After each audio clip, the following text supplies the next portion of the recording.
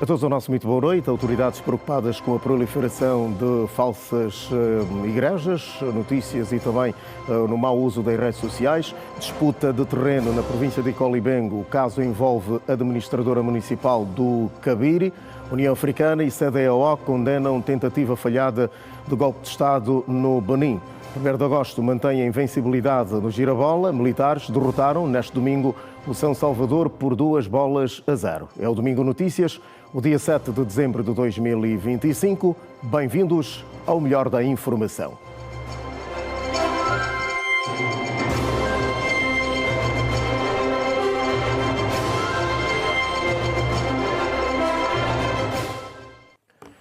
Os votos renovados de muito boa noite. Entidades religiosas em Luanda mostram-se preocupadas com o fenómeno da veiculação de notícias falsas e o uso indevido das redes sociais. A Igreja Fé Apostólica em Angola sublinha que as consequências decorrentes dessa prática têm um impacto negativo na vida dos cidadãos de forma geral. A desinformação e os discursos de ódio são ações que, segundo o secretário-geral da Igreja de Fé Apostólica em Angola, retardam o desenvolvimento de um país. O pastor Ernesto Saulo entende ser fundamental saber comunicar para a construção conjunta de uma nação forte e próspera. Tem de se levantar, tem de evangelizar, tem de falar a verdade para que as pessoas que têm essa atitude de disseminar informações falsas deixem de fazer, porque é mau, e nós aqui falamos também daquilo que é a função da língua. Segundo o livro de Provérbios 18:21, diz que a língua tem duas funções principais. Primeiro é matar ou também dar vida. Então, quando um cristão, quando alguém usa a língua positivamente, está a dar vida. Quando alguém usa a língua para difamar, para caluniar, para falsamente testemunhar, está a matar. O líder religioso falava por ocasião do primeiro Fórum Nacional sobre Comunicação, que reuniu membros da Direção de Comunicação das 21 províncias do país, a engajar os responsáveis da comunicação sobre os cuidados a ter com as notícias e os perfis falsos, igualmente a segurança digital. Foram, entre outros assuntos, abordados durante 4 dias. Então, doravante, a nossa comunicação será diferente. Vamos pautar pela evangelização, com todas as ferramentas que nós aprendemos aqui. Então, vamos disseminar a comunicação nas províncias. Nós levamos aqui algumas ferramentas, como criar conteúdo, como informar. Levaremos também a maneira própria de atuar como responsável pela comunicação e também sensibilizar a nossa sociedade a pautar pela boa conduta em termos de publicações e relativamente difamações que têm a ver com entidades tanto governamentais como religiosas. Gostaria aqui de destacar a importância da comunicação no seio social e como fazer, qual é a ética profissional que nós devemos levar em cabo durante o trabalho profissional de comunicação.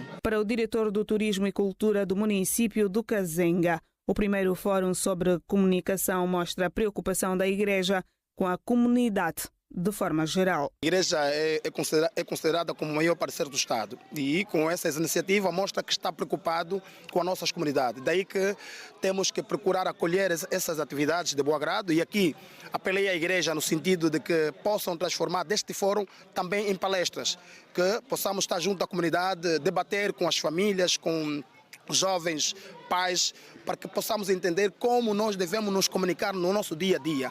Aí estaríamos a evitar situações desagradáveis para o país e para as famílias. Primeiro Fórum Nacional sobre Comunicação, que juntou responsáveis religiosos, decorreu no âmbito das comemorações dos 50 anos de independência. Os moradores dos municípios do Dundo e Mussung, na província da Lunda Norte, clamam pela melhoria dos serviços sociais básicos nas duas localidades recentemente criadas no âmbito da nova divisão político-administrativa do país. Casas coloniais, arborização antiga e o descuido na imagem. À primeira vista, logo se entende que é uma cidade antiga. Esta é uma cidade histórica e tradicional do Dundo. O município está a merecer obras de requalificação com a reposição de passeios e os populares falam das obras de melhoria. No outro hora, quando eu cheguei cá em 2014, os passeios estavam muito mal mesmo, havia muitos buracos, tudo danificado. Mas hoje já estamos a ver um outro olho clínico desta província. Temos que agradecer pelo esforço que o governo provincial está a fazer. Dundo de antes e de agora, nota-se que a requalificação do asfalto, dos lacinhos, está a ser bem preparado, está a ser bem feito, porque há zonas no Dundo que não tem esse espaço dos lacinhos, mas eu como cidadão pude ver que a obra está a ser feita em benefício de todos nós. Está a dar um outro aspecto na cidade, a cidade está a ficar requalificada, está a ser bom, está a mudar o visual da província e está tudo bonito, estou a gostar. Sobre isto, o administrador do Dundo disse o seguinte: o município do Dundo está a beneficiar de requalificação, uma requalificação integrada. Aqui, melhoria dos passeios, lancis, tapa-buracos, depois vamos passar para a fase de sinalização vertical, horizontal, colocação em funcionamento dos semáforos, melhoramento das ruas secundárias e terciárias, ou seja, é um trabalho que está a ser feito. Outra questão que desperta o interesse dos moradores da centralidade do Mussung é a iluminação pública, que por esta altura é deficiente. Há zonas também sem iluminações públicas, porque os postos de iluminação na centralidade são postos mais pequenos, estão todas escuras na rua da centralidade e tem que se olhar mais nesse lado, questões da iluminação dentro da centralidade. O saneamento básico e a falta de água potável é outro problema apresentado pelos municípios. Se esse trabalho de requalificação a nível da província passar pelo Tibal, passar pelo bairro Sul, asfaltar todas as ruas, nós como moradores faremos muito gratificante por isso. Quanto à água, ao saneamento, temos a zona do 28 de agosto, do 28 de agosto até o Samacaca, temos uma dificuldade enorme de abastecimento de água. Seria bom também que as pessoas que de direito, né, que tivessem também noção desse grande fenômeno que nós temos, que é o abastecimento de água. Dundo e Mussung estão na categoria de município desde a nova divisão política administrativa. Ambos foram comunas do Chitato, que deixou de ser a sede da província. Com as novas atribuições, os municípios recém-criados têm agora grandes desafios pela frente. Nós fomos institucionalizados a 7 de fevereiro, demos alguns passos, mas vale lembrar aqui que havia um paradigma voltado ao saneamento básico em que os nossos municípios acostumaram-se, mas esse paradigma é eficiente do ponto de vista prático naquilo que diz respeito à recolha de resíduos. Temos em execução um programa que se chama Minha Casa, Cor da Minha Cidade. É verdade que é uma cidade que já tem uma certa idade, mais de 100 anos, e muitos dos moradores que anteriormente ocupavam os imóveis aqui do Dundo transferiram-se para o município do Mussung. A deficiência na prestação de serviços públicos é comum para os dois municípios e, de forma transversal, os moradores das duas regiões da Lunda Norte falam da deficiência nas áreas periféricas das duas cidades. A população vai crescendo, não é da cidade, a população vai crescendo, passa o termo e queremos mais o número de escolas escolas e hospitais. A nível de criminalidade não estamos mal, né? Estamos mal à medida que a situação está controlada. Um ou outro crime doméstico vão suscitando, mas a Polícia Nacional do nosso município tem estado a tomar conta da situação. Apesar das dificuldades, há quem esteja satisfeito com o que já foi feito até aqui. Afinal, nem tudo está mal e cada um quer viver numa cidade que confira bem-estar, segurança e comodidade. O projeto agrícola Lavoura Esperança tem preparados 900 hectares de terras para o cultivo de milho, inscritos no Plano Agrão. A previsão da colheita é de 5 toneladas por hectare na próxima safra. Um verde que se perde de vista. São mais de 2.000 hectares de terras preparadas para o cultivo do ano agrícola 2026-2027. A fazenda produz desde soja, feijão e milho, com a novidade de até finais de dezembro deste ano, o terreno estar pronto para o cultivo de arroz. Essas 2.000 hectares são 900 hectares que já estão plantadas de milho, 30 de soja e 8 de feijão. São total 938 hectares. O arroz vamos plantar no final de dezembro, agora, porque essa semana ainda vai chegar semente. Nova semente para experimentar mais variedades. Agora arroz só vamos plantar como 10 hectares. Já David fala da necessidade da retirada do calcário durante a preparação dos terrenos. Primeiro estamos a passar com uma máquina para desmatar e depois gradear uns 3, 4 vezes e depois estamos a echar calcário agrícola para baixar a acidez que tem a terra. Para plantar essas 2.000 hectares ainda nos falta uma parte de calcário para poder plantar tudo. Os insumos estão um pouco caros, mas o que está muito caro é adubo. O que é fósforo, potássio e nitrogênio. 14 famílias menonitas originárias do México trabalham nesta fazenda, que ocupa uma área de 8.600 hectares. Desde a sua implementação, a fazenda produziu mais de 2.500 toneladas de grão. A sua distribuição para o mercado ainda é uma dificuldade, bem como a ausência de bancos comerciais. Nós queríamos crescer mais esse ano, mas por causa dos retrasos do banco, estamos a crescer incrementamos só 1.200 hectares, nós queríamos mais. Estamos a precisar muito almacenagem secador, porque isso nos prejudica muito para não poder vender o grão seco e vai estragar.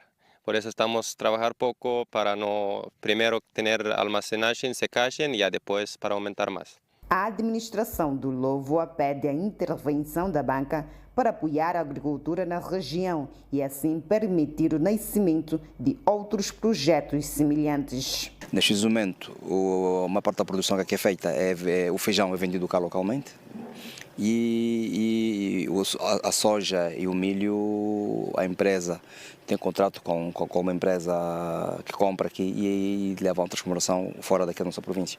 Mas, no entanto, também aqui apelar à banca para apoiar o nosso município e o projeto em particular, porque sem o apoio da banca não é possível alavancar a agricultura no nosso país, na nossa província, e no nosso município em particular. Antônio Mussamari acredita que só investindo na agricultura é possível combater a fome e a pobreza. Temos dito até que Deus é angolano, porque nós aqui chove quase todo o ano, não temos chuva. Esse projeto aqui não tem irrigação, é mesmo só chuva. E então vamos aproveitar as condições climatéricas que Deus deu a Angola e ao norte, em particular Nova Tamalova também, que é para produzirmos e resolvermos o problema da fome e da nossa população. Só investindo na agricultura é que nós podemos combater a fome e a pobreza a nível do nosso país, nossa província e no município em particular. A fazenda existe no mercado nacional há 2 anos e foi criada no intuito de alavancar a agricultura familiar na província da Lunda Norte. Vendedoras e clientes da carne abatida no mercado do quilómetro 30 e Colibengo estão preocupados com as constantes variações dos preços da carne. Os comerciantes afirmam que o nível da clientela baixou consideravelmente em função da alta de preços, apesar da qualidade da carne. O matadouro do mercado do quilómetro 30 na província de Colibengo é um dos mais procurados pelos cidadãos para a compra e venda da carne de vaca. Por esta altura, a preocupação de quem comercializa o bem alimentar está relacionada ao preço da compra do animal, o que provoca o encarecimento da carne. O animal subiu muito, mas mesmo assim estamos dando conta da venda. A carne aqui está a render, está a dar para manter a nossa casa. Por isso, o preço do braço, por exemplo, antes estava mais um pouco barato, mas subiu através da subida das coisas. Mas nem por isso, esse dezembro está um pouco fraco, mas não por isso, vamos continuar, eu sei que o negócio vai andar. Neste caso, eu digo que os preços estão mesmo disparados. Neste caso, conforme veio esse peito aí, está a 50 mil kwanza, uma perna desse está no valor de 125 mil kwanza. Mesmo nós que compramos a própria carne que é para comercializar, também está a dificultar, porque estamos no momento de festa, o que está a dificultar mais é o quê? A compra está caro e a venda está barato. Neste caso, os clientes estão a reclamar porque o valor que está a ser comercializado é muito e o produto chega a ser pouco, consoante os valores está a custar o preço do próprio boi.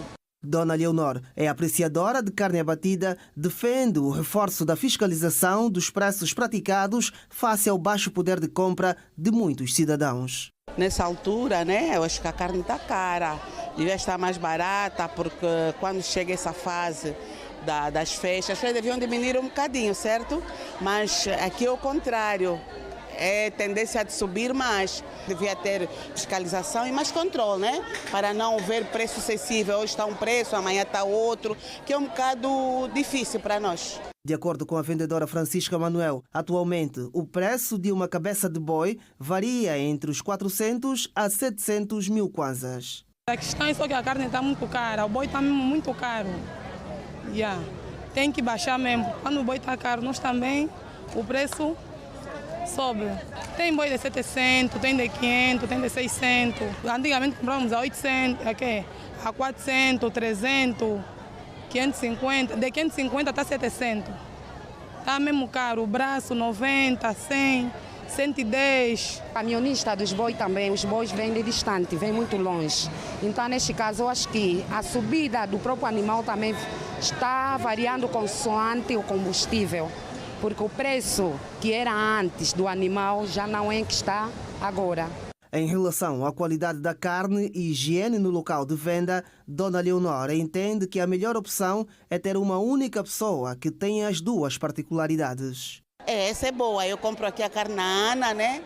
Ela é a pessoa que sempre me atendeu, a carne é muito boa.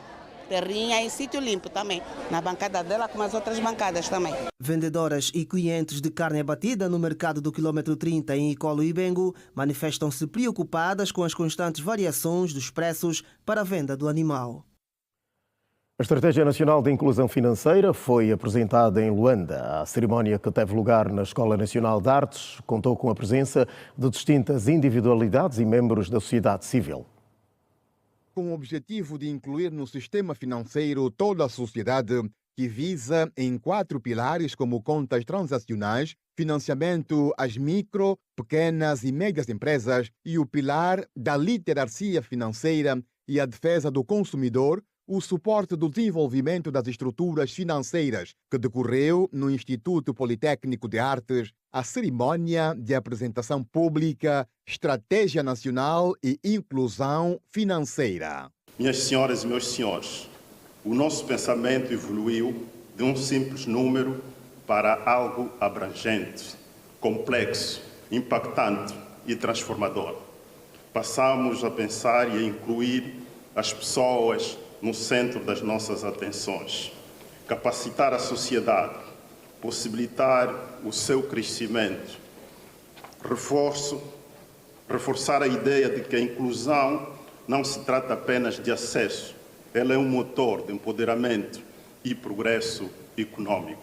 José de Lima Massano, ministro de Estado para a Coordenação Econômica, diz que a ENIF é um instrumento de política pública que inclui o cidadão ao ecossistema financeiro e potenciá-lo na transformação e acentuar na dinamização econômica do nosso país. Os dados mais recentes, resultantes de inquéritos à população, indicam-nos que cerca de 51% dos cidadãos do nosso país permanecem fora do sistema financeiro formal e que apenas 1 em cada 4 possui bom nível de literacia financeira.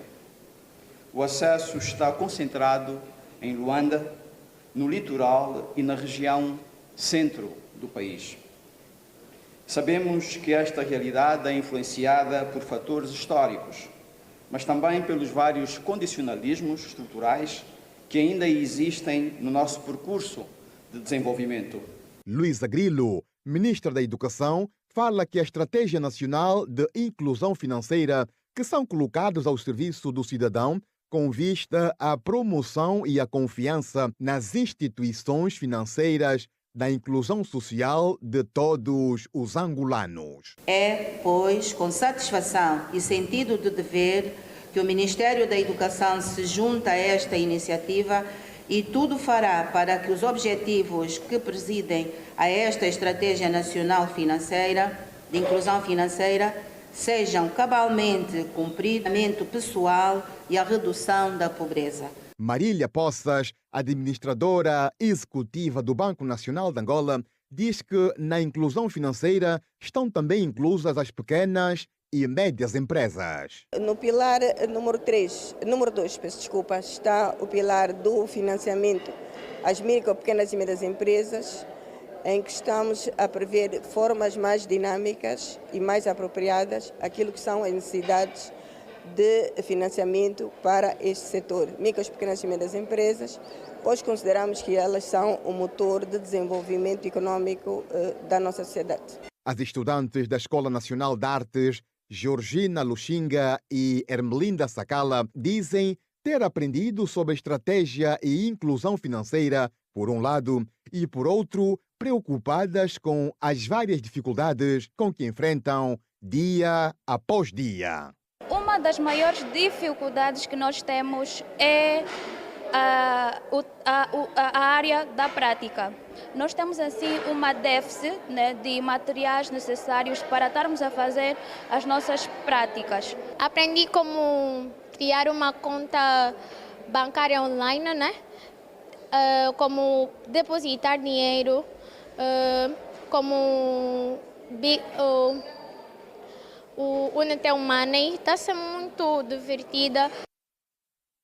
Passados 11 meses, depois do início do surto da cólera em Angola, os moradores do bairro Paraíso, no município de Cacoaco, afirmaram que a doença desapareceu da localidade. No entanto, o fornecimento regular de água continua a ser a principal barreira enfrentada por eles todos os dias. O bairro Paraíso, em Cacoaco, foi considerado o epicentro do surto de cólera no início deste ano. Quase um ano depois, regressamos à localidade para constatar a situação atual. Orlando Manuel e Laura Cambuta, moradores do bairro, afirmam que a doença desapareceu graças às ações de sensibilização comunitárias promovidas ao longo dos últimos meses. Depois de 11 meses, quanto ao surto da cólera, até aqui nota-se melhorias, nota-se que estamos bem, porque nunca mais ouvimos alguém doente com essa doença. Então podemos dizer que está tudo bem. Quanto ao saneamento básico, graças a Deus, houve muito esforço, a população foi bem sensibilizada. Hoje as pessoas colocam lixo nos contentores, que são os lugares de lixo, e aí a equipa de recolha está sempre frequente, fazer recolha do lixo. Até aqui é muito bom. Graças a Deus estamos muito bem, ainda não há mais informações, né, acerca da cólera. Na Rua do Soba, o relato é semelhante. Contudo, o acesso à água potável continua a ser um desafio diário. Luísa Moanza contou que acorda às 4 horas da manhã para conseguir o líquido precioso, uma vez que na localidade dispõe apenas de 2 fontenários. A água que nós já não carregar aqui, já não vende bidão, 4 bidões 50, mas esse dia a água está mesmo bem difícil, não está saindo mesmo. Para você vir conseguir água, tem que vir 4 horas. Se você não vir 4 horas, não vai conseguir água. E o coordenador adjunto do quarteirão 4, Manuel Antônio, reconheceu os avanços registados, mas admite que as infraestruturas ainda são precárias e apela por mais investimentos para reforçar o saneamento básico. As condições estão péssimas, não temos estrada, não temos acesso às vias, a ponte que dá acesso à Tia Belta, anda a vandalizar, está aqui, não temos escola, não temos nem posto médico. Isto nos preocupa, nós como da Comissão do Bairro e a população. Então, esse é que hoje já está sendo aprovado, daqui a pouco vai sendo aprovado. Nós queremos projetos. Bom, lixo vai que não vai. A delinquência também, tem que manter um posto policial, tudo bem-vindo. Aquilo já está ultrapassado. Com vista a diminuir os casos de cólera no país, o governo angolano, em colaboração com o Ministério da Saúde, levou a cabo ações porta a porta para educar a população sobre higiene, tratamento de água e descarte adequado de resíduos. Na Lunda Norte, o Hospital Municipal do Lovoa tem as obras de ampliação e reabilitação paralisadas há quase um ano. A situação obriga a população a recorrer a outras unidades hospitalares no Dundo e Mussung para receber atendimento especializado. A região debate-se também com a fraca contratação de médicos. Há apenas 2 para atender 47 mil pessoas. O hospital local, que existe desde a era colonial e teve várias paralisações durante o conflito armado e está desativado desde 1987, tem as obras interrompidas há quase um ano. Mais de 47 mil pessoas estão a depender da conclusão das obras do hospital para deixar de viajar até o Dundo ou Mussung, a atual sede da província, para receber atendimento especializado. Realmente, o município do Lovoa em si precisa mesmo da abertura do hospital, porque o Lovoa tem 45 mil pessoas. Outro senão é que sem a estrutura e apenas a contar com o Centro Médico do Lumwe, só 2 médicos estão contratados para atender a uma população que, segundo o censo 2024, saiu de 17 mil para 47 mil habitantes. Por falta de uma unidade hospitalar de secundária, o Lovoa sofre um problema de saúde. Até agora só temos 3 centros de saúde e por insuficiência também dos quadros, sobretudo os médicos, o Lovoa só tem 2 médicos e precisamos mesmo de pessoal qualificado como médicos e enfermeiros. A reabilitação e ampliação do Hospital Municipal do Lovoa, cujo valor da empreitada ficou avaliado em mais de 600 milhões de kwanzas, tinha a previsão de conclusão de 12 meses. A intenção depois da conclusão era atender a várias especialidades. Sempre foi muito difícil, porque atendendo o número da população é mesmo suficiente um médico atender por dia 50, 60 pacientes. É muito difícil. Estamos a precisar mesmo a abertura do hospital do Lovoa. A população local é acometida principalmente de surtos de malária. Temos a primeira patologia, que é a malária. O Lovoa está numa zona endêmica e temos insuficiente dos quadros. Às vezes, para a gente... A União Africana discursou nesta quinta-feira, no ato de assinatura do Acordo de Paz entre a República Democrática do Congo e o Ruanda, que decorreu em Washington, D.C., Estados Unidos da América. João Lourenço destacou a importância do acordo, que vem a pôr fim a um conflito que dura mais de 3 décadas, com pesadas consequências para as populações de ambos os países e respectivas economias.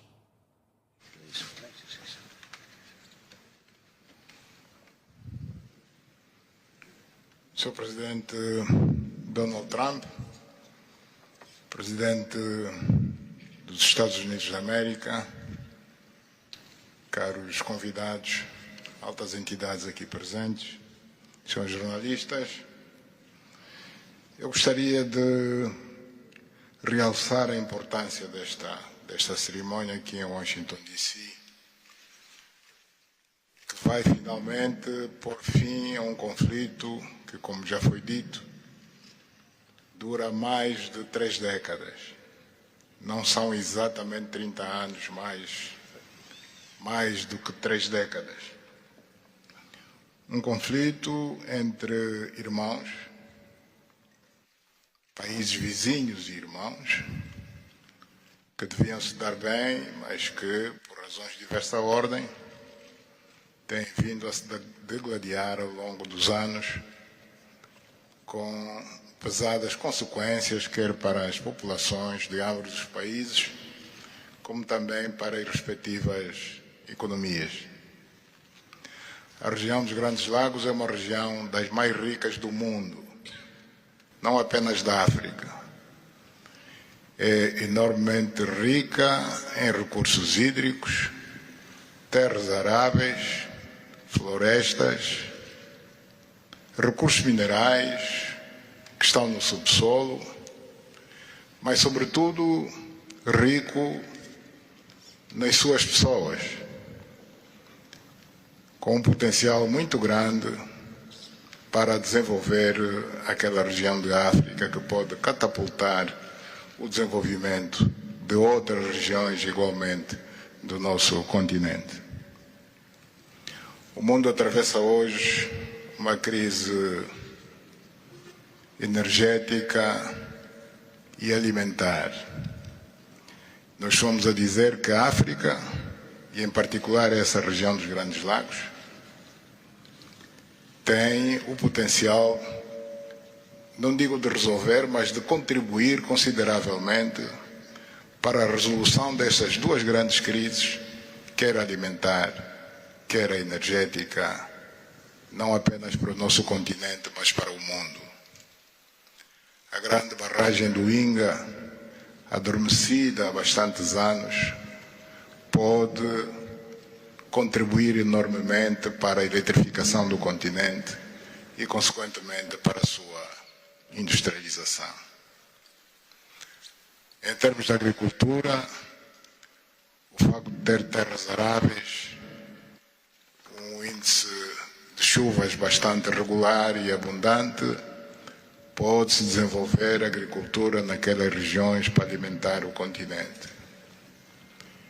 E nada disso tem sido possível fazer-se ao longo de décadas, devido a este conflito que não tem sentido e que, finalmente e felizmente, parece que terá o seu fim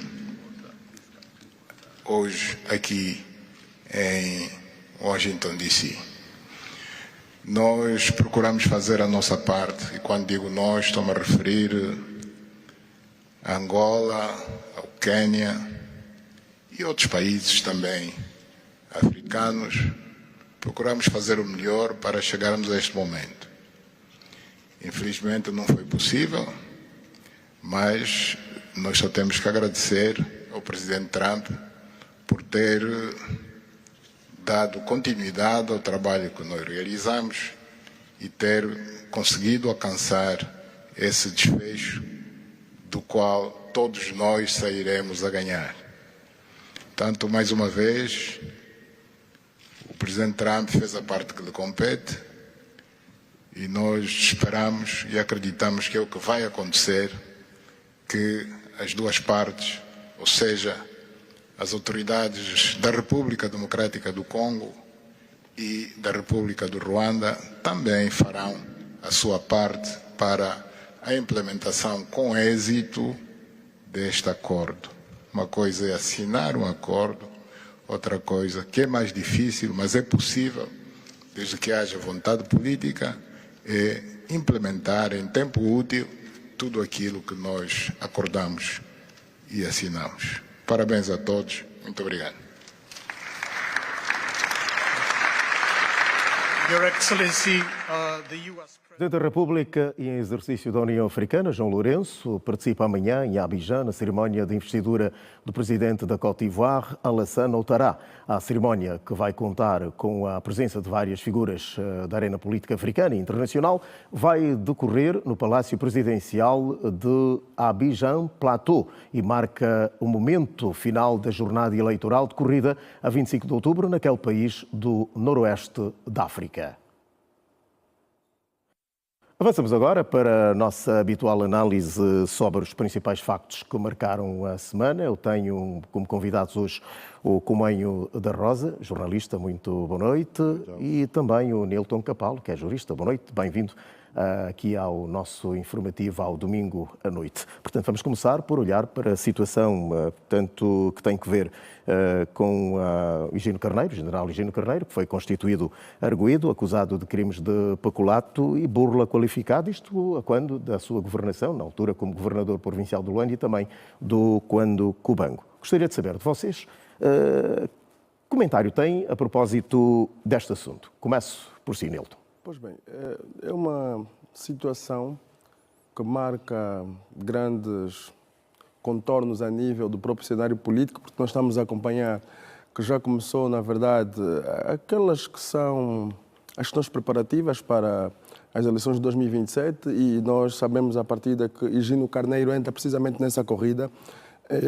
como candidato a presidente da República. E olhando nessa perspectiva, sabemos nós a partida de que tem algumas implicações o futuro candidato que entenda assim ser o presidente da República de Angola. Mas, em contrapartida, nós estamos a observar que houve, eventualmente, um suposto crime de peculato e de burla qualificada, porque no exercício do seu mandato, quer seja enquanto governador da província do Cuando Cubango e quer seja enquanto governador da província de Luanda, ocorreram supostas gestões danosas no que diz respeito à administração da res pública, que a coisa é pública. E olhando nessa perspectiva, algumas questões se levantam porque estamos a falar de que Gino Carneiro já não se encontra no governo da província do Cuando Cubango há mais de 10 anos, e isso de uma forma ou de outra suscita aqui algumas indagações do que é que eventualmente teria motivado este processo. E nós não podemos colocar de parte, valendo saber se de facto este processo crime precedeu inicialmente de um inquérito que deveria ser, no entanto, promovido pela IGAI, que é a Inspeção Geral da Administração do Estado, de modo a aferir se, de facto, os atos que vêm, de alguma forma, indiciados e Gino Carneiro consubstanciam, sim ou não, num crime. Porque se nós estamos a falar do crime de peculato, o artigo 362 da nossa legislação penal vem, no entanto, definir que, ao ser verdade, vai-se verificar, na verdade, um certo locupletamento, um certo aproveitamento enquanto foi responsável por esses dois governos. Mas só para rapidamente terminar aqui o meu discurso, seria fundamental percebermos o que é que de facto motivou, porque quanto à instauração de processos crimes, deve-se obedecer o free time no que diz respeito à tomada de conhecimento. Ou seja, a partir do momento que se toma conhecimento de um possível crime, tem o prazo inicialmente de 1 ano para que se movam, na verdade, as devidas diligências necessárias. E no caso em concreto, se formos olhar a situação do Gino Carneiro, por que que passado 10 anos, só agora é que se vai verificar, quando na verdade, coincidentemente, vem-se verificar essa corrida para as eleições, o que até certo ponto nos levaria a compreender o que é que motivou com que a Procuradoria-Geral da República não se pronunciou oportunamente e vem fazê-lo agora, e aqui com agravantes.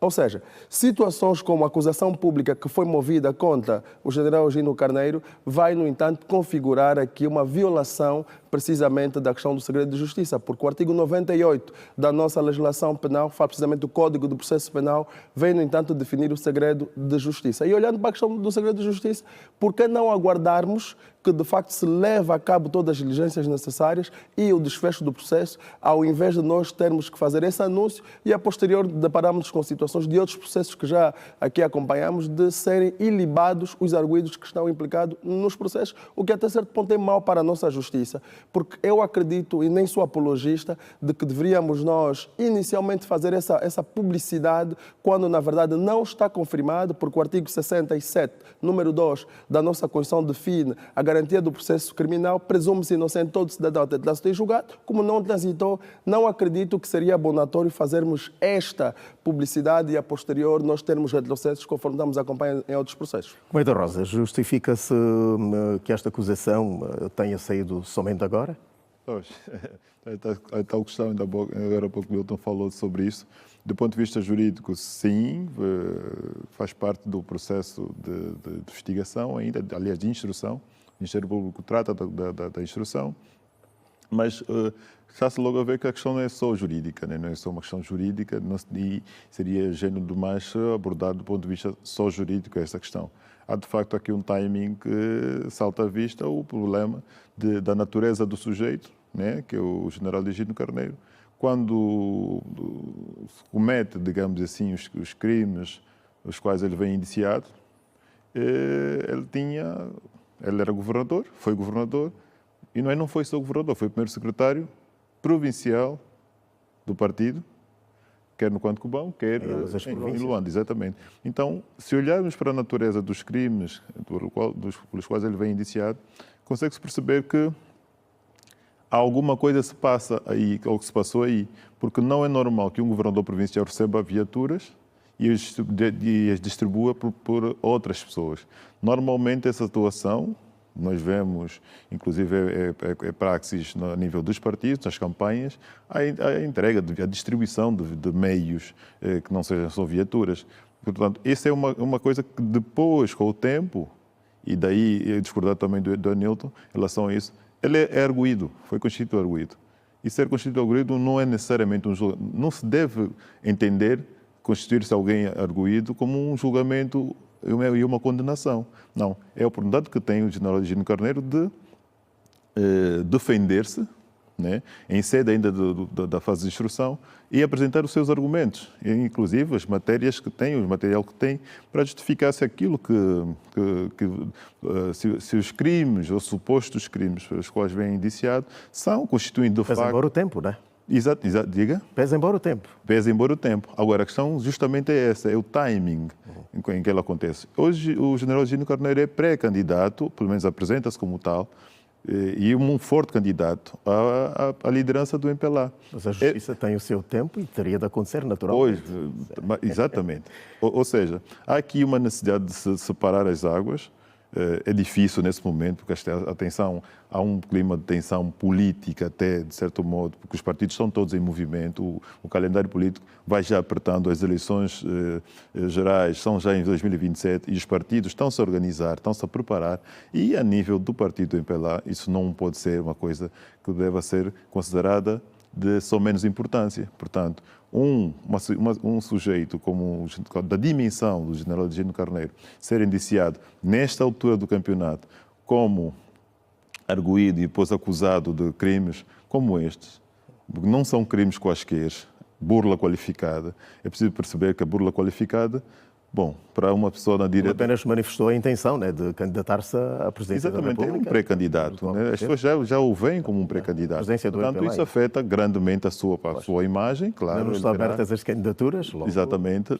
Terá que se desdobrar, terá que trabalhar muito para poder minorar os efeitos desta situação. Mas a verdade é essa, que o processo está aí, a PGR... mal ou bem fez a sua parte, não sei se atendendo bem a critérios de natureza jurídica, processual ou outros, mas a verdade é esta, também não fica bem na fotografia, mas a verdade é esta, é um facto, o processo está aí, está em curso, o general Gino Carneiro terá que apresentar os seus argumentos, defender-se e justificar se aquilo vale ou não vale. Até porque não é um caso isolado, não é? Não, mas em função de um general que vai aos tribunais. Nos últimos tempos temos assistido a até outras individualidades também serem chamadas à responsabilidade. Não, o caso poderá não proceder sequer nem chegar a julgamento, que isso não vai a julgamento ainda. Ele é constituído arguido numa fase de instrução. Ser ouvido. Não, aqui é um aspecto importante a realçar. A partir do momento que se torna pública uma acusação, este, por seu turno, pressupõe dizer que os requisitos para a introdução do processo em juízo já estão devidamente preenchidos. Até porque, qual é a regra? Fim da instrução preparatória, lavra-se precisamente o relatório que, para todo e qualquer efeito, vem para determinar que caso o tribunal aceita o processo. Exatamente. Não. Todas as diligências, na verdade, estão cumpridas. Agora, a questão que se levanta é, se já houve acusação pública, é porque, de alguma forma, um dos magistrados do Ministério Público afeto ao tribunal, e temos que olhar a qualidade do sujeito, estamos a falar precisamente do Tribunal Supremo, afeto ao processo, lhe foi, no entanto, distribuído o processo para que acusasse. Significa dizer que, em algum momento, vamos ter a data provável para julgamento. Ou seja, a posterior à acusação pública, podemos aqui verificar dois tipos de despacho. Um despacho de saneamento, que vai, no entanto, o meritíssimo juiz da causa, que vai ser designado o processo, vai, para todo e qualquer efeito, confirmar a acusação, ou, no entanto, poderá exarar um despacho de não pronúncia ou um despacho de despronúncia. Isso na perspectiva de quê? Na perspectiva de que, se de facto os requisitos estiverem preenchidos, naturalmente nós podemos ver nos próximos dias cenário de julgamento. E nós esquecemos aqui um aspecto importante, conforme disse o Rosa, e muito bem.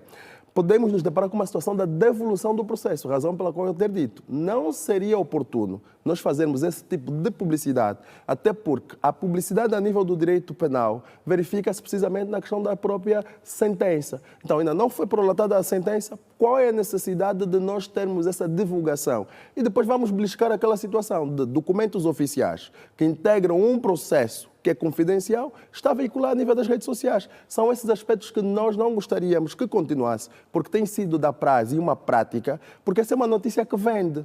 E ao vender, o que é que nós vamos de alguma forma verificar? Que a administração da justiça é como se tivesse aqui algum input. Vou dar um exemplo muito concreto. Tivemos a situação da veneranda juíza conselheira, que já não é a doutora Exogina Gamboa, que tivemos a mesma situação e a PGR recuou. Como é que fica, por exemplo, a PGR nessa situação? E estamos a dar aqui sinais, indicadores precisos de que nós estamos a pecar, estamos a falhar e que não deve ser assim, independentemente da qualidade. O que é que nos diz precisamente o artigo 29º da Constituição? Acesso ao direito e a tutela jurisdicional efetiva. É fundamental que todos tenham um tratamento igualitário, independentemente da qualidade do sujeito, e que vai ser nos marcos da própria lei. Se existem ou não motivações políticas, a PGR não é um órgão político. A PGR é um órgão constitucional vocacionado para instrução ou, no entanto, a prossecução da ação penal. E é sobre isso que nós temos que olhar. Agora, se nós continuarmos com práticas dessa natureza, amanhã as pessoas que estão por detrás desse cenário poderão também ser reféns.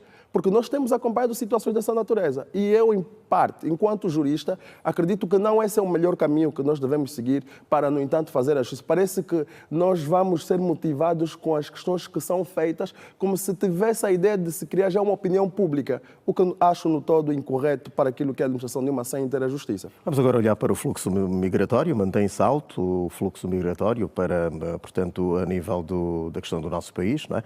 Há cidadãos que entram por aqui, mas uns em busca de asilo, outros em busca de melhores condições de vida, né? Oportunidades de emprego e até mesmo visitas familiares. Portanto, a lista é liderada por cidadãos portugueses e chineses. Segundo o Serviço de Migração e Estrangeiros, como é que vamos olhar para esta questão? Como é? Bom, a Angola, bem ou mal, continua, apesar de haver também no sentido contrário, muitos angolanos, né, a tentarem para outros lugares à procura de melhores condições de vida, melhores oportunidades. A verdade é que o sentido inverso também acontece. E daí este dado que é extremamente relevante, portugueses e chineses continuam também a fazer de Angola um lugar de oportunidades e diga-se de passagem, vão se dando muito bem. E é algo que deve ser realçado porque, na verdade, quando nós assistimos aqui às comunidades estrangeiras de portugueses prosperarem, né? Porque nós vemos agora na restauração, nas consultorias, é muito cidadão português, e vêm para cá e prosperam. Chineses, nós temos aqui muitas empresas, nomeadamente do setor da construção e das indústrias, os chineses aqui também a encontrarem o seu espaço, inclusive com uma estratégia muito forte de socialização, integrando-se nas comunidades angolanas e até mais recônditas, em lugares onde cidadãos das zonas urbanas pouco até se aventuram a ir. Pessoas da cidade, por exemplo, de Luanda, não vão para os lugares mais recônditos do nosso país e vemos lá cidadãos chineses e até também portugueses. Mas então, para dizer o quê? A Angola continua a ser, sim, um lugar de oportunidades, isso é verdade, mesmo que para algumas pessoas doa reconhecer, mas continua a ser um lugar de oportunidades. Agora, era importante, as autoridades políticas, nomeadamente, cuidarem para que não sejam só alguns, principalmente os que estão lá fora, é que percebam isso. As pessoas que estão cá, nomeadamente os jovens, devem ser capazes, aliás, se deve dar oportunidade a estas pessoas de perceberem que existem oportunidades aqui em Angola também para prosperar com segurança e com garantias até de sucesso. Não, por exemplo, irem lá para fora e até às cegas tentar a sorte. É preciso que se criem condições aqui, continue-se a criar condições aqui para que os angolanos, nomeadamente os jovens, que é a força de trabalho, que é mais importante, que faz falta nas economias lá fora, mas também fazem muita falta aqui na nossa economia e continuem aqui em Angola. De que forma é que o nosso país pode tirar, portanto, vantagens desta realidade? Pode ter vantagem na medida em que temos estado a acompanhar situações de cidadãos chineses, portugueses, brasileiros e de outras nacionalidades. Seria na perspectiva de estes, por mormente, serem pessoas dotadas de um know-how que vai, de alguma forma, ser, digamos, benéficos para o alavancar de alguns setores da nossa atividade econômica, para que nós, enquanto angolanos, possamos aprender com estes e o inverso possa, no entanto, se verificar. E nós podemos subtrair essas vantagens. Muito embora este fluxo migratório é prova e indicadores bastante de que, de facto, ainda existem oportunidades em Angola e não podemos colocar a parte que não existem, muito embora há questões e aspectos que precisamos nós melhorar, de facto, porque, na verdade, em muitas ocasiões, ou em bom rigor, o cidadão angolano vai encontrando um ou outro entrave que faz com que muitas vezes acabam deduzindo que não existem as oportunidades necessárias. Mas é fundamental, daquilo que eu sempre tenho dito, mais do que termos oportunidades, nós temos que estar preparados para as oportunidades, porque, em bom rigor, o que tem se verificado nos últimos tempos, muitas são as boas pessoas que nada ou pouco fazem, mas reclamam de oportunidades. E nós dissemos que as oportunidades, elas, mesmo que baterem a nossa porta, se nós não tivermos a preparação necessária, não seria correspondente com aquilo que nós eventualmente vamos fazer. E olhando esta questão precisamente dos estrangeiros, eu confirmo e corroboro o que disse precisamente o Dr. Rosa, porque a dado momento eu consigo perceber sem qualquer dúvida que Angola ainda vai continuar a ser oportunidades, porque se formos conversar com estes cidadãos de nacionalidade estrangeira, eles afirmam que Angola tem sim boas oportunidades. A questão que se coloca às vezes são uma ou outra dificuldade que nós precisamos melhorar, muito embora também a chamada de atenção para aqueles que são os responsáveis que estão na linha da frente seria olhar na perspectiva de que, bem, os quadros principalmente formados cá em Angola precisam e necessitam de oportunidades, coisa que às vezes também não se verifica. Isso é um facto, porque na verdade tem muito boa gente também formada que infelizmente não consegue as oportunidades de lhe criar entraves e muitas vezes um estrangeiro que às vezes não tem a qualificação exigida, como por exemplo um engenheiro que é formado em Angola, por exemplo, o ordenado que vai oferir é muito inferior, às vezes, de alguém que só tem um curso técnico ou um curso básico que, na verdade, vem de um país estrangeiro. O que, até certo ponto, isto belisca e de que maneira? Porque se nós não valorizamos os quadros, vamos ter fuga de cérebros. Então, é essa questão que nós precisamos melhorar para que não haja aqui essa discrepância. E sejam bem-vindos, claro, porque nenhum país cresce somente com cidadãos nacionais, mas os estrangeiros são, de certeza, bem acolhidos, naturalmente. Ok, muito bem. Vamos agora olhar para o acordo assinado muito recentemente, o acordo de paz entre a RDC e também o Ruanda, presenciado pelo Presidente da República, João Manuel Gonçalves Lourenço.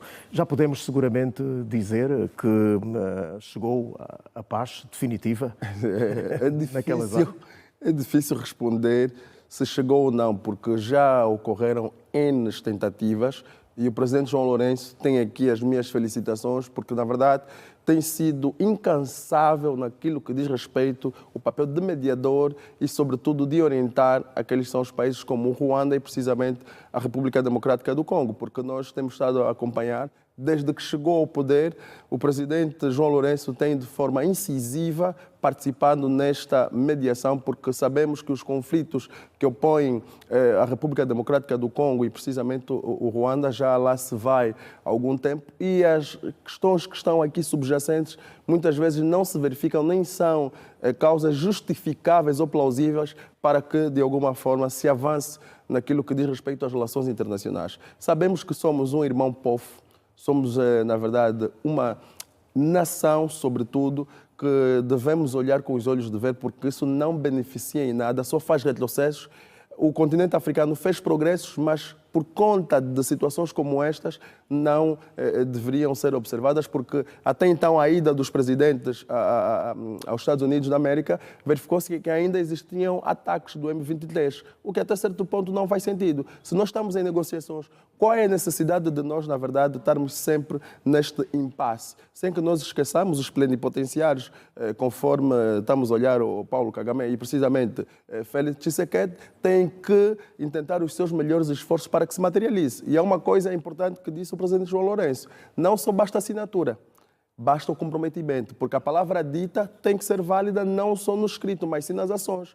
Porque há um tempo esta parte das várias tentativas que nós já observamos, até inclusive cimeras realizadas pela União Africana, Paulo Kagame furtou-se e nem sequer indigitou em muitas ocasiões a alguns dos seus representantes, o que até certo ponto belisca é que em algum momento não esteve aberto para esse diálogo e esperamos nós, e estamos aqui também, sobretudo, esperançosos para que se vai, no entanto, materializar. Qual é a opinião que tem em relação a esta situação? Primeiro, vamos até, disse muito bem o Nilton aqui, vamos a ter as palavras do presidente João Lourenço, quando disse que infelizmente não conseguimos. É importante reter isso, porque o presidente João Lourenço começou como mediador da União Africana para a paz na RDC, depois assumiu a presidência pro tempore da União Africana.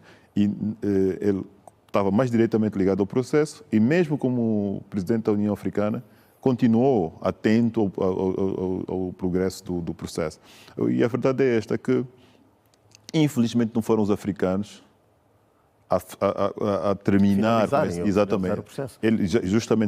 Mas ainda assim o presidente João Lourenço reconhece, não é? Não reconhece que fizeram. Aliás, o presidente João Lourenço disse que nós fizemos tudo que estava ao nosso alcance para conseguir, ou para lograr esse objetivo. Foi precisamente há um ano que estava para se realizar aqui uma cimeira tripartida, em que seria eventualmente assinado um acordo de paz há um ano, em dezembro de 2024, o acordo de paz entre a RDC e o Ruanda. E nós vemos o que aconteceu. A cimeira foi cancelada.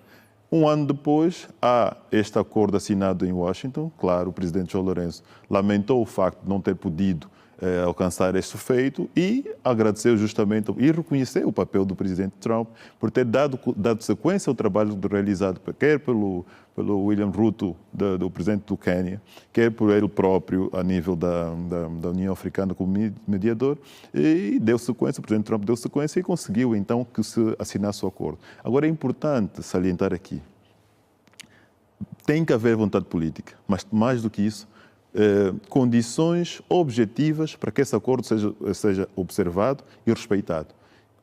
Só para dar uma nota aqui, logo no dia seguinte, após a assinatura do acordo, foram verificados bombardeamentos na região do Baixo Congo. Ou seja, aquela zona em que se dizia, pronto, a partir de hoje vamos ter paz, não está em paz.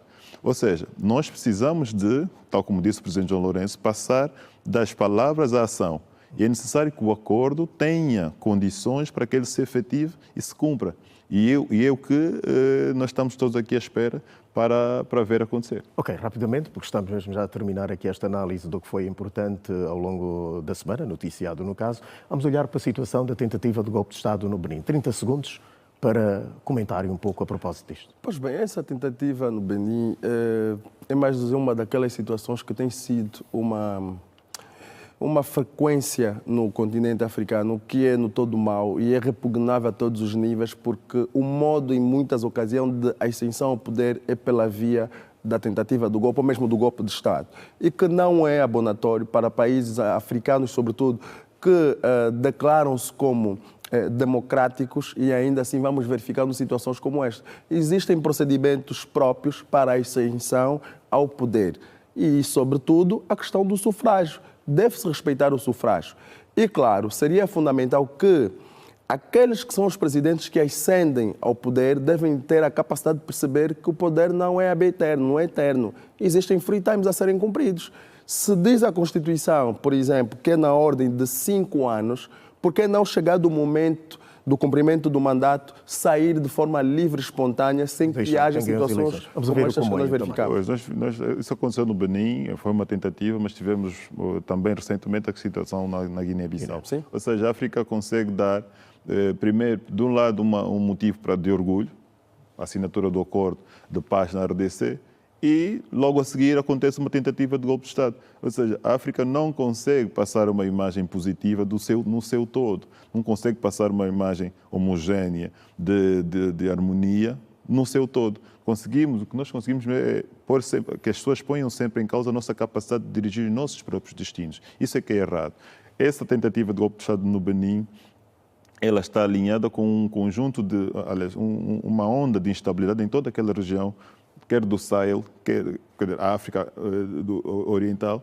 Nós temos aqui um conjunto de processos de desestabilização que tem muito a ver com os grandes conflitos mundiais, as grandes tensões entre as grandes potências mundiais. Quer dizer, nós, na verdade, aqui em África, acabamos por verificar que nós somos, no fundo, a parte final dos conflitos que começam lá em cima. Muito obrigado, Comeida Rosa. Obrigado. Obrigado, Nilton Capal, por ter estado connosco aqui nesta noite. Conto com vocês em próximas oportunidades. Efetivamente. Bom domingo, boa noite. Obrigado. Portanto, é Domingo Notícias. Obrigado pela preferência. Voltamos depois de um curto intervalo. Não saia daí.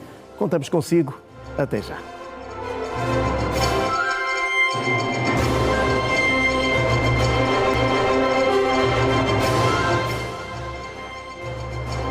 Votos renovados, muito boa noite. Estamos de volta e agora com as notas do desporto. O 1º de agosto mantém a invencibilidade na presente edição do Girabola. Neste domingo derrotou o São Salvador por 2-0. Tarde cinzenta de domingo, mas propícia para a prática do futebol. E na relva bem tratada do Françandalo, os artistas da bola tinham um único objetivo, a conquista dos 3 pontos. O de agosto, a jogar em casa, tomou as rédeas do encontro e só não chegou ao golo ainda nos minutos iniciais, porque o jogador da formação militar rematou para fora numa oportunidade flagrante. Mas não tardou, os donos da casa chegaram ao primeiro golo aos 26 minutos, por intermédio de Dagô, que encheu o pé e rematou para o ângulo superior direito da baliza à guarda do guarda-redes Mano. Estava feito 1-0. Os forasteiros não tiveram pernas para acompanhar as pedaladas dos militares, que desperdiçavam várias oportunidades para ampliar o marcador.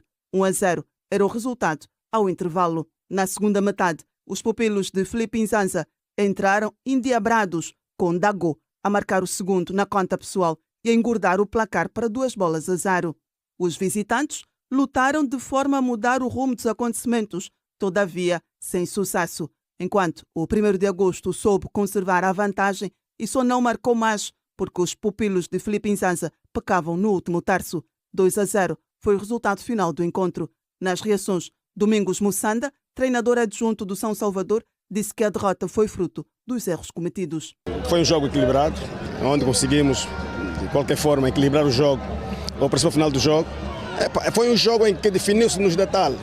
O 1º de agosto é uma equipa matreira, uma equipa com história, e há erros que não podem se cometer. Cometemos 2 erros defensivos, que o 1º de agosto aproveitou e bem, fez 2 golos e ditou o resultado do jogo.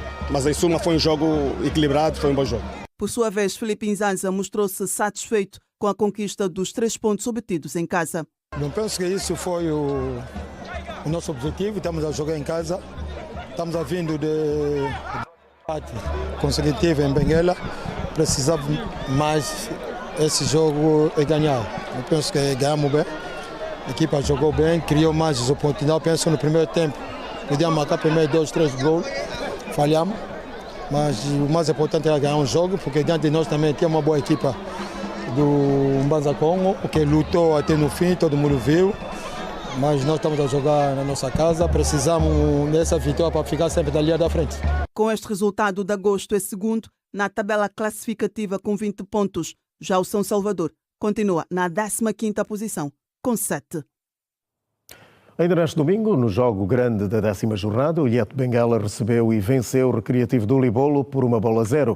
A partida foi disputada no Estádio Nacional Dom Baca. Tobias foi o autor do golo e ainda em Benguela, o 1º de maio local, derrotou o Desportivo também da Huila por 1-0. Já no Lubango, o Desportivo da Huila perdeu em casa diante do Luanda City por 1-0.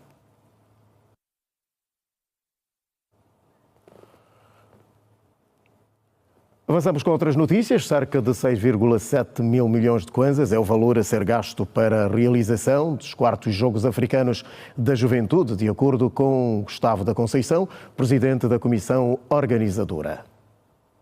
Os 4º Jogos Africanos da Juventude, a decorrer de 10 a 20 de dezembro, vai contar com a participação de 54 países e mais de 20 modalidades em disputa nas províncias de Luanda e Bengo. Tem um orçamento de cerca de 6,7 mil milhões de kwanzas, de acordo com Gustavo da Conceição, presidente da comissão organizadora, que falava à imprensa neste domingo, dando o ponto de situação da competição. Sim, os jogos têm um preço, cerca de 6,7 mil milhões de kwanzas, e o comitê de organização ainda não recebeu todo esse dinheiro, mas estamos a trabalhar, estamos a trabalhar com recursos que a CNOA também nos mandou, porque também é uma dimensão de recursos e de contribuição que são feitos pela CNOA. E também, é preciso dizer aqui, temos tido a colaboração do Comitê Olímpico Nacional para, enfim, superar algumas pequenas questões de ordem financeira que ainda temos. O atletismo é a modalidade com maior número de atletas inscritos, com 47, seguido da natação, com 32. O mesmo número de atletas inscritos tem o judo. Pedro Godinho, presidente do Comitê Olímpico Angolano, nas vestes de diretor de operações dos Jogos Africanos, fez saber que as condições estão criadas para o arranque da prova e que o pavilhão Paulo Bunse vai acolher as partidas de esgrima. Pedro Godinho disse ainda que as delegações começam a chegar no nosso país no dia 8 de dezembro. Ao pavilhão Paulo Bunse, dentro da cidade desportiva de 1º de agosto, porque aquele pavilhão tem na sua construção tem características interessantes, porque foi montado também um sistema de ventilação que permite baixar consideravelmente a temperatura dentro do pavilhão, e então gentilmente o Clube 1º de Agosto cedeu as suas instalações, onde vamos organizar a competição de esgrima. O golfe, como toda a gente tem conhecimento, não sei se há outros campos, mas o que é mais usual as pessoas conhecerem é o campo dos Mangais.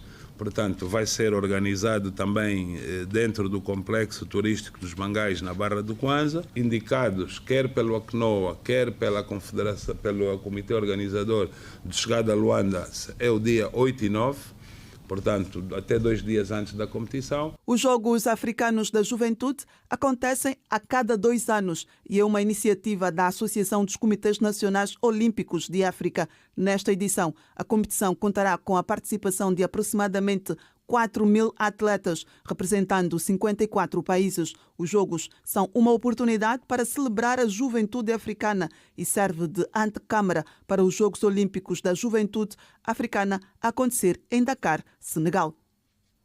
Vamos continuar a falar sobre desporto, mas desta vez para analisarmos, portanto, profundamente alguma questão relacionada a esta situação, e para este mesmo ponto contamos naturalmente com o nosso comentarista residente, que é o Aquá. Aquá, muito boa noite. Olhamos para os militares, 1º de agosto, que estão de pedra e cal na liderança do Girabola, depois da disputa de praticamente 10 jornadas. Boa noite, João Alves. Boa noite aos nossos telespectadores. Realmente, pronto, mais uma semana de jogos, com algumas surpresas. É bem verdade que o 1º de agosto, apesar de se manter invicto, sem perder até agora, mas fruto de vários empates, ou 2 empates consecutivos que teve nas últimas 2 jornadas, acabou por ficar atrás. O Petro aproveitou bem, ganhou, apesar de ter ganho ao Redonda por 1-0, está na liderança, tem um jogo em atraso. O Ilhéde também hoje, em Benguela, diante do Libolo, conseguiu uma vitória importante, e que por jogar em casa diante do Luanda City, acabou por perder em casa, perdeu a oportunidade de se encostar também naqueles lugares cimeiros. Bravos do Maquis, portanto, a jogar em casa e imbatível, voltou a somar 3 pontos e ainda assim fica diante do Interclube, né? Perdeu, portanto, diante do Interclube. Sim, o Bravos do Maquis que está com uma boa equipa. Houve uma fase de turbulência, mas agora parece que as coisas sanaram e volta aos bons momentos. Conseguiu ganhar em casa, diante de um adversário também difícil, que é o Interclube. O Inter, infelizmente, não consegue ter a sequência de vitórias. No último jogo, em casa, goleou ao Sagrada Esperança, quando nós pensávamos que as coisas estivessem já acertadas por parte do Inter. Infelizmente, voltou a perder no Mochico, e o Bravos do Maquis, que também está muito bem lançado ali nos 5 primeiros da classificação. Pois bem, vamos olhar agora para este grande duelo, né? O duelo dos campeões, Sagrada Esperança e o Cabo Escorp, né? Registou-se, portanto, um empate a um golo. Parece que as 2 equipas começam, portanto, a perder, não é? Sim, o Sagrada, que as coisas não têm estado bem, ganhou no jogo, ganhou 2 semanas atrás em casa, uma goleada gorda. Depois perdeu aqui no 28 de junho diante do Inter, e em casa a jogar contra o Cabo Escorp, que também já não ganha muito tempo. Infelizmente não conseguiu aproveitar a oportunidade. O facto de estar a jogar em casa, não conseguiu ganhar. O Cabo Escorp consegue 1 ponto, há muito que já não ganhava também, consegue 1 ponto. parecendo que não, acaba por ser um ponto importante também para aquilo que são as manobras do Cabo Escorpo, apesar que a vitória era importante para o Cabo Escorpo também. Obrigado, Quá, por esta presença aqui no Domingo Notícias. Continuação de boa noite. Obrigado, João Alves. Boa noite. Boa noite. Portanto, estamos a informar, é o Domingo Notícias. Seguimos agora para mais um curto intervalo. Convita para não sair daí, porque nós voltamos já.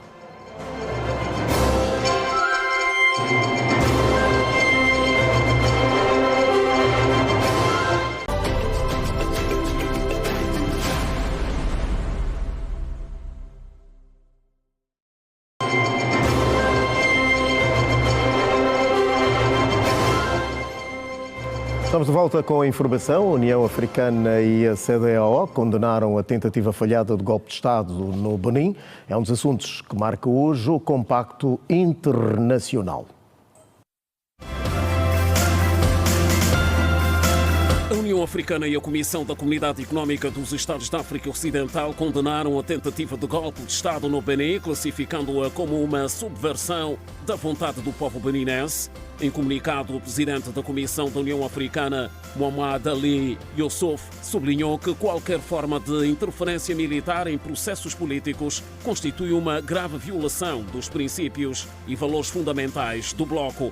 Youssouf apelou aos envolvidos para que cessem imediatamente todas as ações ilegais, respeitem a Constituição e regressem às suas funções legítimas. Pelo menos 13 militares foram detidos na cidade de Cotonou, no Benin, após a tentativa de golpe de Estado frustrada. De acordo com fontes do Exército, todos os detidos são militares, incluindo um que já tinha sido expulso do Exército, indicou uma fonte militar. Entre os detidos estão responsáveis pela operação, embora o tenente-coronel Pascal Tigre, apontado como líder, e outro membro tenham conseguido fugir. O grupo tinha invadido a sede da rádio e a televisão do Benin, anunciando a destituição do presidente Patrice Talon. O Papa afirmou neste domingo que a paz é possível e que os cristãos, através do diálogo com outras religiões e culturas, podem contribuir para a sua construção.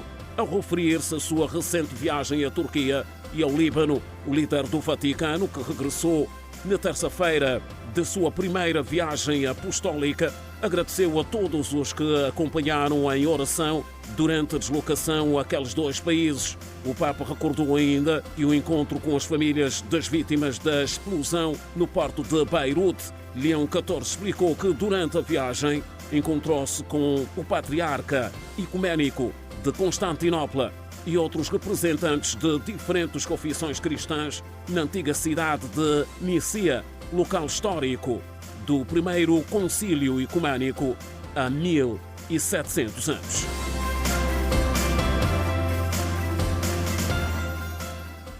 A poucos dias da celebração do Natal, munícipes em Luanda falam sobre o significado da tradicional festa da família, baseada nos princípios da partilha, solidariedade e a promoção do amor ao próximo. Acompanhe já de seguida a reportagem que tem a assinatura da Susana Ângelo. Árvores de Natal e muita luz dão cor e brilho à cidade de Luanda ao anoitecer. O anúncio claro da festa do nascimento de Cristo Jesus para uns e apenas reunião familiar para outros. Porém, a azáfama dos preparativos da celebração milenar levanta questionamentos sobre o real significado do 25 de dezembro. Peço a Deus que Deus também puxe aquelas pessoas que celebram o Natal de uma maneira diferente, porque, na verdade, o Natal não é só para nós estarmos a conviver de uma forma mundânica, não. Natal também é mesmo para celebrar Deus. Eu me preocupo e eu rezo a Deus que Deus toca no coração de cada um e vem para Cristo e celebrarmos o Natal todos juntos em Cristo Jesus. Antigamente era esperado com muita mais intensidade, como um dia mais especial, mais um dia feliz, mas atualmente está mais frio, né? Como é que pode dizer? Está mais ignoram, né? Não está mais como antigamente, que o Natal é um dia mesmo especial. Ignorância, acho que é que está fazendo com que as pessoas, né, não estão mais a se empenhar como antigamente. O valor comercial, hoje atribuído à festa do nascimento de Cristo, segundo o diretor da Juventude da Igreja Fé Apostólica, é resultado da intenção de uma mesa farta. Aquela mística que no dia 25 todo mundo quer apresentar-se de uma forma diferente, novo vestuário, as pessoas querem comer de tudo um pouco que durante o ano civil não conseguiram alimentar-se deste. E há 100% esta data que para nós significa o nascimento daquele que veio salvar o homem do pecado, para que um dia, quando termine essa jornada, possamos ver todos lá no eterno. Para nós não mudou absolutamente nada. Tanto não mudou que o líder religioso entende ser crucial trabalhar mais na comunicação para o resgate do verdadeiro significado do Natal. Temos visto que depois das comemorações do dia 25 de agosto, que é o dia simbólico do nascimento de Jesus Cristo, aproxima-se a passagem do ano civil. Então nós temos feito uma conjugação dessas duas datas, sensibilizar primeiramente os nossos fiéis para que possam levar a mensagem lá fora, que esta é simplesmente uma data, não tem por que a sociedade cair naquilo que são atos que não dignificam nem a própria sociedade, nem a própria igreja. Então, é o diálogo constante que temos levado a cabo. O Domingo Notícias termina aqui, a edição referente ao dia 7 de dezembro de 2025. É sempre um prazer contar consigo. Desejamos continuação de muito boa noite e até à próxima. Boa noite.